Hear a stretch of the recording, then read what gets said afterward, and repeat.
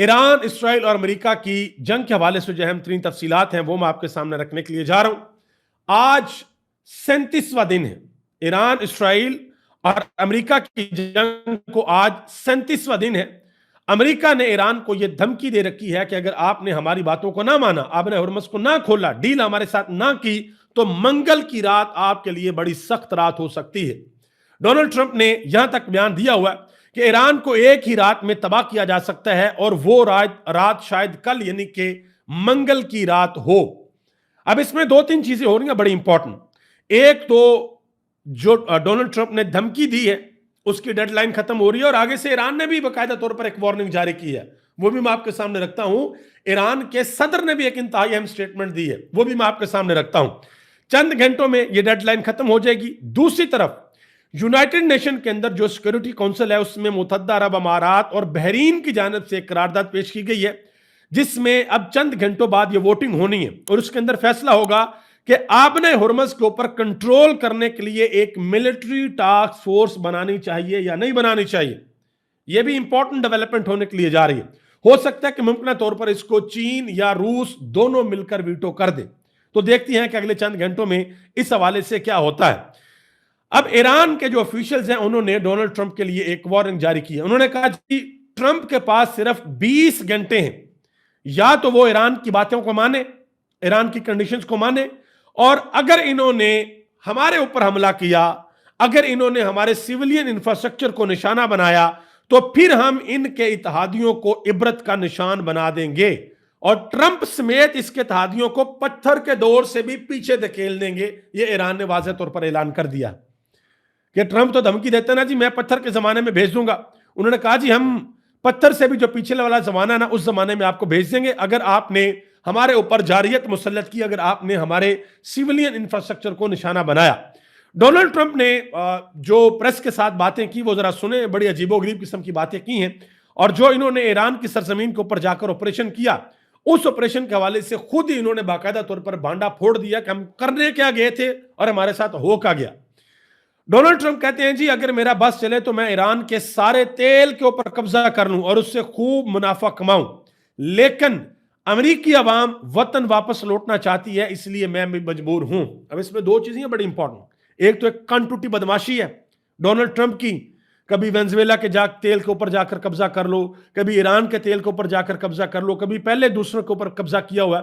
तो इसका मतलब है कि कल को कोई अमेरिका से भी ज्यादा ताकतवर हो गया तो अमेरिका को भी ठोक दे जाके, अमेरिका की सारी चीजों के ऊपर भी कब्जा कर ले। किसी किस्म की कोई इखलाकियात, कोई वैल्यूज इनकी नहीं है, आप अंदाजा लगाएं। और ऊपर से क्या कहते हैं जी अमेरिकी अवाम जो है वो वतन वापस लौटना चाहती है। इसका मतलब है कि डंडा अमेरिकी अवाम का है और ये वो मुल्क हैं, चले अमेरिका जो भी इसका सदर ट्रंप कर रहा है कम से कम उनको अपनी अवाम का डर और खौफ है कि भाई हमारी अवाम हमारे साथ नहीं खड़ी, और इनको पता लग गया कि अवाम उनके साथ नहीं है। और अब नवंबर के अंदर इलेक्शन आ रहा है, उस इलेक्शन के अंदर भी डोनाल्ड ट्रंप को ये रिफ्लेक्शंस देखने को मिलेंगी। मजीद डोनाल्ड ट्रंप ने एक बयान दिया, कहते हैं जी जब ईरानी लोग अमेरिकी बमबारी नहीं देखते तो वो परेशान हो जाते हैं, यानी कि ईरानी लोग बड़े खुश होते हैं जब अमेरिका जाकर बमबारी करता है। कहते हैं जी इसलिए हम बमबारी जारी रखेंगे। आप किसी छोटे से बच्चे को भी ट्रंप का ये बयान सुनाएंगे ना तो वो बच्चा कहेगा कि ये बंदा मेंटली फारग है, ये बंदा पागल है, इसको किसी किस्म की कोई अकल नहीं है। जो पायलट की सारी मिस्ट्री थी उस हवाले से डोनाल्ड ट्रंप ने कहा कि हमारा पायलट जब ईरान के अंदर गिरा तो ईरान को इस बारे में बिल्कुल पता नहीं था, लेकिन हमारे मुल्क से लोगों ने बताया, यानी कि मीडिया वालों ने बताया कि हमारा पायलट वहां पर गिर गया। उन्होंने कहा जी हम नेशनल सिक्योरिटी के नाम के ऊपर अब उन लोगों को जेल के अंदर भेजेंगे जिन्होंने ये चीजें एक्सपोज की हैं। अब जरा सुन लें जो इन्होंने रेस्क्यू ऑपरेशन किया है जाकर ईरान के अंदर। तकरीबन लगभग 155 जहाज इस्तेमाल हुए हैं एक पायलट को बचाने के लिए, जिसमें ये खुद नंबर अमेरिका ने दिया जी, 4 बमबार त्यारे, 64 फाइटर जेट, 48 रिफ्यूलिंग टैंकर जहाज, 13 रेस्क्यू एयरक्राफ्ट और कुछ दीगर जहाज, ये ट्रंप ने बयान दिया एक पायलट को बचाने के लिए। असल चीज आप पता क्या है, उस पायलट की आइडेंटिटी ना अमेरिका ने अभी तक बताई है ना ईरान ने अभी तक बताई को पायलट था कौन। सर बताया गया जी सिर्फ एक कर्नल था, ठीक है। अब दुनिया भर के अंदर ये बातें हो रही हैं कि एक पायलट को बचाने के लिए तो इतना बड़ा ऑपरेशन नहीं हो सकता ना, ये आखिर करने के क्या क्या करने गए थे ईरान के अंदर। और ऐसा क्या है जो ये करना चाहते थे और इनसे हुआ नहीं। और C-130 त्यारे इनके वहां पर तबाह हुए, इनके हेलीकॉप्टर्स वहां पर तबाह हुए, और वो तो मलबा पूरी दुनिया के सामने आ गया ना कि वहां पर तबाह हुए हैं। और फिर दुनिया के अंदर जो बेइज्जती होनी है, उस बेइज्जती से बचने के लिए कहा गया कि जी हमने खुद तबाह कर दी। आप अंदाजा लगा लें कि अमेरिका ने खुद तबाह कर दिया। क्यों किया खुद तबाह भाई? कि जी वो वहां से उड़ान नहीं भर सकते थे। हालांकि जो एक्सपर्ट्स हैं, अमेरिकन एक्सपर्ट्स हैं, कि वो कहते हैं कि C-130 त्यारा ऐसा त्यारा है जो सवाल ही पैदा नहीं होता कि उसको जगह मिले और वो उड़ान ना बढ़े, वो उड़ान भर लेता। अब ये सारे के सारे मामलात हैं। अब देख ले, इसमें मैं आपको ऊपर छोड़ता हूं, कमेंट बॉक्स के अंदर बताना कि ये क्यों गए थे। दुनिया ये कह रही है कि ये वहां पर गए थे अस्फहान के अंदर जो ईरान का यूरेनियम है उसको चुराने के लिए। ये वहां पर एक बहुत बड़ा ऑपरेशन करना चाहते थे, लेकिन वो ऑपरेशन कामयाब नहीं हुआ। अब इतने बड़े बड़े त्यारे लेकर जाने का तुक नहीं बनता था। इनका एक त्यारा है जिसका नाम है CH-47 चिन्यूक। ये अमरीकी ये हेलीकॉप्टर है और इसके अंदर तकरीबन 50 फौजी अमरीकी बैठ सकते हैं। तो C-130 त्यारा लेकर जाने की जरूरत क्यों पेश आई? इतनी बड़ी तादाद में जो रिफ्यूलिंग त्यारे हैं वो इनको लेकर जाने की जरूरत क्यों पेश है? क्योंकि इन्होंने वहां पर बहुत बड़ा ऑपरेशन करना था जो ये नहीं कर सके। अमेरिका के जो वजीर दिफा हैं वो कहते हैं जी आज भी हमने ईरान पर हमले किए हैं और कल इससे भी ज्यादा हमले होंगे। ठीक है, अब जो मुल्क दरमियान में सीजफायर करवाने की कोशिश कर रहे हैं वो उस तरफ भी मैं आता हूं, बताता हूं कि वहां पर क्या हो रहा है। सदर ट्रंप ने मजीद एक और बयान दिया। कहते हैं जी मैं अमेरिकी सदारत से रिटायर होकर वेनेजुएला जाऊंगा, वहां की जबान सीखूंगा और फिर इलेक्शन लड़ूंगा और वहां का सदर बन जाऊंगा, क्योंकि मैं वहां पर बहुत पॉपुलर हूं और मुझे लोग वहां पर सदर देखना चाहते। मतलब के भाई एक वीडियो गेम चल रही है कि आप GTA वाई सिटी खेल रहे हैं, एक बंदे को चपेड़ मारी है, उसको गाड़ी से उतारा, चल भाई अब ये मेरी हो गई, फिर आप उधर घुस गए, आप उधर घुस गए, आप जो मर्जी आप करें। मतलब आपको हर चीज का लाइसेंस मिला हुआ। देखते हैं कि आगे क्या होता है। गरूर तो इंसान को जेब ही नहीं देता, वो बहुत जल्द नीचे गिरता। ईरान के जो सदर हैं उन्होंने वाज़ह तौर पर एक ऐलान किया। उन्होंने कहा जी 1,40,00,000 लोग ऐसे हैं ईरान के जो अपनी जान फिदा करने के लिए मुहिम में शामिल होने के लिए उन्होंने ऐलान कर दिया। उन्होंने कहा कि मैं खुद भी अपने वतन का दिफा करते हुए जान फिदा कर दूंगा। यह बाकायदा तौर पर उनके सदर ने बात की है।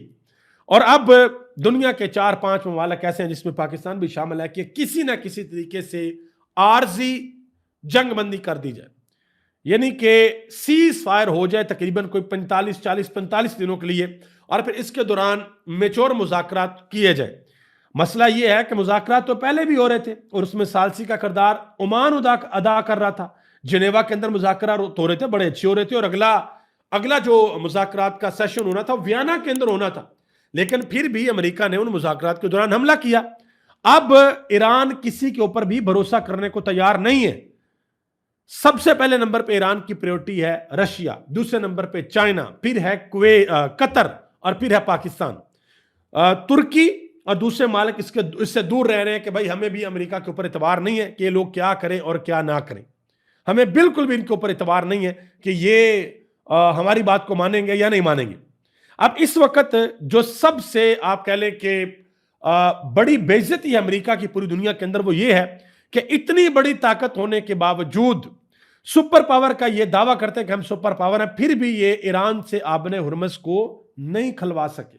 उसके ऊपर कब्जा अभी भी ईरान का ही है। और आबने हुर्मस के हवाले से चंद और अहम तरीन अपडेट्स हैं वो भी मैं आपके सामने रखता हूं। अभी जरा जो अमेरिका ने 15 निकाती मंसूबा ईरान के सामने रखा था, ईरान ने उस 15 निकाती मंसूबे का जवाब 10 निकात से दिया। अमेरिका ने रखे 15 निकात, ईरान ने अब जवाब में रख दिए 10 निकात। और ये वो वक्त है कि जब अमेरिका ने धमकी दी हुई है कि भाई अब आर या पार होगा, हमारी बातों को माने। तो सुने जरा कि ईरान ने आगे से क्या कहा। पहले नंबर पे ईरान ने कहा कि इस बात की जमानत दें कि ईरान के ऊपर दोबारा हमला नहीं किया जाएगा। दूसरे नंबर पर उन्होंने कहा कि जंग का मुस्तकिल खात्मा होगा, ना कि सिर्फ आरजी जंग बंदी होगी। तीसरे नंबर के ऊपर कहा कि लेबनान में भी इस्राएली हमलों का खात्मा किया जाए। चौथे नंबर पे कहा कि ईरान से तमाम अमेरिकी पाबंदियों का खात्मा किया जाए। पांचवें नंबर पे कहा कि ईरानी इत्तेहादियों के खिलाफ तमाम इलाकाई लड़ाइयों का खात्मा किया जाए। छठे नंबर पे कहा कि ईरान आबने हुर्मस इस बदले में खोल देगा। सातवें नंबर पे कहा कि ईरान हुर्मस पर फी जहाज $2 मिलियन फीस आयद करेगा। हुर्मस को हम खोल देंगे, लेकिन हर जहाज से $2 मिलियन यानी कि $20 लाख हम लेंगे। अब ये जो पैसे ईरान कमाएगा ना, इसका करेगा क्या वो भी आपको बताता हूं। 8वें नंबर पे कहा कि ईरान इन फीसों को ओमान के साथ तकसीम करेगा, यानी कि ये जो हमें $2 मिलियन मिलेंगे हम ओमान के साथ इसको शेयर करेंगे, क्योंकि आपने हुर्मुज़ को 2 मुल्कों की सरहद लगती है, एक ईरान की और एक ओमान की। 9वें नंबर पर कहा कि ईरान हुर्मुज़ के रास्ते महफूज गुजरने के लिए कवानीन फराहम करेगा। 10वें नंबर पर कहा कि ईरान हुर्मुज़ फीस को मुआवजे की बजाय तमीरे नौ के लिए इस्तेमाल करेगा। यह उन्होंने वाज़ह तौर पर कह दिया कि ये है हमारी 10 शराइत, इसको मानना तो ठीक है वरना यह लड़ाई जारी रहेगी। और इस वक्त भी जब मैं आपके सामने बात कर रहा हूं, चंद घंटे कबल अमेरिका और इसराइल ने ईरान के ऊपर शदीद बमबारी की है। उनकी एक मशहूर रिसर्च लाइब्रेरी है, उसके ऊपर उन्होंने बमबारी की है। यूनिवर्सिटीज के ऊपर बमबारी कर रहे हैं। अब थोड़ी देर के लिए सोचे जरा, अमेरिका की यूनिवर्सिटी के ऊपर जाकर के बमबारी कर दे, अमेरिका के किसी हॉस्पिटल के ऊपर जाकर के बमबारी कर दे, इनके किसी रिसर्च सेंटर के ऊपर जाकर के बमबारी कर दे, तो फिर इनका क्या हाल होगा। पूरी दुनिया के अंदर चीखेंगे ये लोग कि हो ये हमारे साथ क्या कर दिया, ये हमारे साथ ज्यादती हो गई, और खुद जाकर ये क्या कर रहे हैं ये पूरी दुनिया के सामने। अब यहां पर जो अरब अमेरिकी इत्तेहादी हैं उनको सोचना पड़ेगा। कल डोनाल्ड ट्रंप ने वाज़ेह तौर पर ऐलान किया, उन्होंने कहा जी हमारी मदद की है सऊदी अरब ने, हमारी मदद की है कतर ने, और हमारी मदद की है मुत्तहदा अरब अमारात ने। और किस किस ने मदद नहीं की? जापान ने मदद नहीं की, ऑस्ट्रेलिया ने मदद नहीं की, जनूबी कोरिया ने मदद नहीं की, बर्तानिया ने मदद नहीं की, स्पेन ने मदद नहीं की। ये सारे के सारे काफिर मुल्क हैं जिन्होंने इस लड़ाई में ईरान के खिलाफ अमेरिका की मदद नहीं की, और जो मदद कर रहे हैं वो शर्म से हमारा सर झुकता है कि वो मुसलमान ममालिक हैं, चाहे वो मुत्तहदा अरब अमारात है, कतर है, कुवैत है, सऊदी अरब है, या दूसरे ममालिक है, इधर से इराक है, उसके अंदर भी अमेरिकी अड्डे हैं।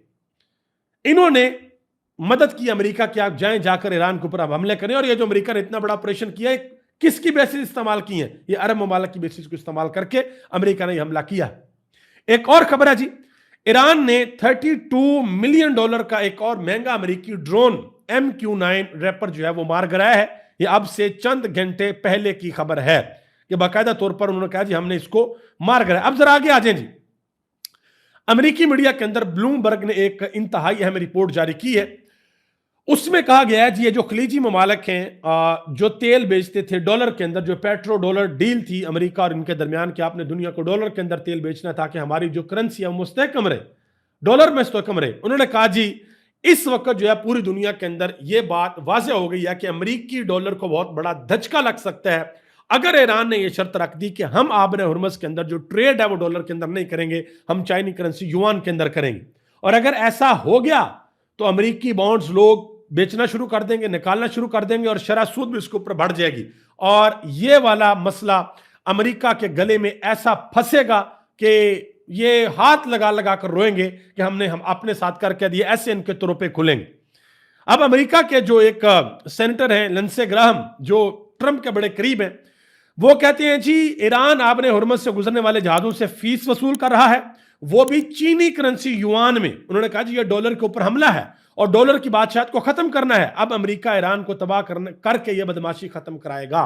मैं पहले भी आपको बता चुका हूं, दुनिया भर के बड़े बड़े जो तज्जियाकार हैं वो भी कह चुके हैं कि भाई जोर जबरदस्ती आप ईरान से आबरे हुर्मुज़ नहीं खलवा सकते, सवाल ही पैदा नहीं होता कि आप ऐसा करें। और मैं एक और पॉइंट, एक पहलू मैं आप भूल गया, अगर अमेरिका खुदा न खास्ता ईरान के ऊपर इतने बड़े लेवल के ऊपर बमबारी करता है तो ईरान जवाब में सबके ऊपर हमला करेगा, जितने भी पावर सेक्टर, सऊदी अरब, मुत्तहदा अरब अमारात, सब में। सऊदी अरब के अंदर अगर हमला होता है तो पाकिस्तान फंस जाएगा भाई, पाकिस्तान की तरफ जाएगा, हमारा तो उनके साथ डिफेंस पैक्ट में हम लोग वहां पर क्या करेंगे। तो पाकिस्तान की भी कोशिश है कि भाई किसी भी तरीके से यह हमला ना हो। अब आगे आ जाए, एक और चीज, एक वीडियो क्लिप है जो सोशल मीडिया के ऊपर बहुत ज्यादा वायरल हो रहा है। अमेरिकी फौज के साबिक 3 स्टार जनरल है वेस्ले क्लार्क, 2007 में उन्होंने एक इंटरव्यू दिया। इंटरव्यू के अंदर उन्होंने इंकशाफ किया कि 11 सितंबर 2001 के वाकयात के बाद अमेरिकी फौज ने 5 सालों में 7 ममालिक के अंदर रजीम चेंज करने का मंसूबा बनाया था, यानी कि हुकूमतों को खत्म करने का मंसूबा बनाया था, अपने अर्दली, अपने पपेट बैठाने का मंसूबा बनाया था, जो हर वक्त अमेरिकी सदर के तलवे चाटते रहे, बूट पॉलिश करते रहे। उसमें पहले नंबर पे इराक था, फिर शाम था, फिर लुबनान था, फिर लीबिया था, फिर सोमालिया था, फिर सूडान था, और आखिर में था ईरान। उन्होंने कहा जी हमने ये प्रोग्राम बनाया था कि ईरान को हम आखिर में खत्म करेंगे, और ये ऐसा सीक्रेट मंसूबा था पेंटागन का जो उन्होंने बाकायदा तौर पर कागज के ऊपर लिख के रखा हुआ था। अब अमेरिका के एक साफी हैं टक्कर कार्लसन, उन्होंने इस हवाले से बड़ी अहम बातें की। उन्होंने कहा जी ट्रंप को शर्म नहीं आती, वो खुल्लम खुल्ला कहता है कि मैं किसी भी मुल्क की हुकूमत को जाकर गिरा दूंगा और वहां के सरबराह को पकड़ लूंगा और वहां का तेल जो है वो चोरी कर लूंगा। उन्होंने कहा कि क्या व्हाइट हाउस के अंदर किसी किस्म की कोई इखलाकियात नहीं बची। ट्रंप हुकूमत आलमी माफिया और गुंडागर्दी जैसा सलूक कर रही है। उन्होंने एक और बहुत बड़ा इंकशाफ किया। उन्होंने कहा जी ट्रंप आसाइयों का नहीं है, उसने सदारत का हलफ लेते हुए बाइबल पर हाथ नहीं रखा था। उन्होंने कहा कि यह मैंने खुद देखा है, मेरा दिमाग तब से खटक रहा है। उन्होंने कहा कि ट्रंप का कोई खुदा नहीं है, इसने बाइबल पर हाथ रखकर हलफ क्यों नहीं लिया। ये उन्होंने अब उनका अपना मजहब है, उस हवाले से उन्होंने एक बाकायदा तौर पर एक सवाल पूछ लिया। मजीद उन्होंने कहा कि अमेरिकी सदर ट्रंप तुम हमेशा इस्लाम का मजाक क्यों उड़ाते हो। उन्होंने कहा कि क्या आज तक किसी अमेरिकी सदर ने इस्लाम का या किसी और मजहब का मजाक उड़ाया? क्या तुम खुदा हो? क्या तुमने ये कायनात बनाई है? कोई भी अक्लमंद इंसान दूसरों के मजहब का मजाक नहीं उड़ा सकता। उन्होंने कहा कि यह बात तो हमारी बाइबल के अंदर भी लिखी हुई है। उन्होंने कहा कि तुमने ईरान जंग को अपने मफादात के लिए मुकद्दस जंग का नाम दिया है, ये तुम ऐसा क्यों करते हो। इन्होंने बातें की। अब एक और मसला जी, उस तरफ भी हमारे जो मुसलमान ममालिक हैं ये तो खैर सोए हुए हैं, बिल्कुल वैसे जैसे खरगोश सो जाता है और उसको पता नहीं होता कि हमारे आसपास हो क्या रहा है। बर्नी सैंडर एक सेनेटर है, उन्होंने वाज़ह तौर पर कहा, उन्होंने कहा जी दुनिया का सारा जो फोकस है ना वो ईरान की डिस्ट्रक्शन के ऊपर है। ईरान के ऊपर जो है वो अमेरिका किस तरीके से बमबारी कर रहा है, लेकिन दुनिया इग्नोर कर रही है जो इसराइल लेबनान के अंदर कर रहा है। उन्होंने कहा कि अभी तक 1461 लोगों को वहां पर मारा गया, 4330 लोग वहां पर इंजर्ड हैं और 1.2 मिलियन यानी कि 12 लाख लोग वहां पर डिस्प्लेस हो गए हैं और इसराइल ने लेबनान के 14% हिस्से के ऊपर कब्जा कर लिया है। मजीद उन्होंने कहा कि enough is enough, no more US military aid to Israel. ये उन्होंने बाकायदा तौर पर एक ट्वीट किया है, आप ये अंदाजा लगा लें। इसके अलावा जी जापान के एक साबिक वजीर आजम है इशबिया, उन्होंने एक बयान दिया इंतहाई अहम। उन्होंने कहा जी ट्रंप इंतहाई मुतकब्बर और नरगिसियत पसंद है। उन्होंने कहा मैं 3 मरतबा डोनाल्ड ट्रंप से मिला हूं, अगर आप ट्रंप को यह कहें कि तुम गलत हो तो वो गुस्से के अंदर आ जाता है, फिर अगर आप उसे यह कहें कि आप गलती के ऊपर मैं आपकी इस्लाह करना चाहता हूं तो वो चीखने लगता है। उन्होंने कहा जी ट्रंप के सामने आप इनकार नहीं कर सकते, आप उसके सामने बार बार सिर्फ यही कहें कि कमाल आप सल्यूट है जी, आप तो जबरदस्त है, आपने उसको भी बचा लिया, आपने उसको भी बचा लिया, आपने उसको भी बचा लिया। उन्होंने कहा अगर आपने ट्रंप को नाराज कर दिया तो आप मुश्किल के अंदर पड़ सकते हैं। बहरहाल कुछ लोग तो ऐसे हैं जिन्होंने ट्रंप की आंखों में आंखें डालकर इनकार किया है, जैसे स्पेन के वजीर आजम। और स्पेन के वजीर आजम की हाल में एक वीडियो आई जिसमें उन्होंने कहा कि मेरे दफ्तर में सबसे कीमती चीज मेरे नजदीक एक ऐसा खत है जो एक फलस्तीनी बच्चे ने मुझे गजा से भेजा। उन्होंने कहा जो इसने मुझे खिराजे तहसीन और शुक्रिया के तौर पर भेजा। उन्होंने कहा कि मैं आज भी गजा के अंदर होने वाले मजालम को याद करता हूं तो मेरे आंसू निकलते हैं। आप अंदाजा लगा लें। और मुसलमान हुक्मरान क्या कर रहे हैं, वो मेरे आपके हम सब के सामने है। नाज़रीन करम, आप सबका बहुत बहुत शुक्रिया।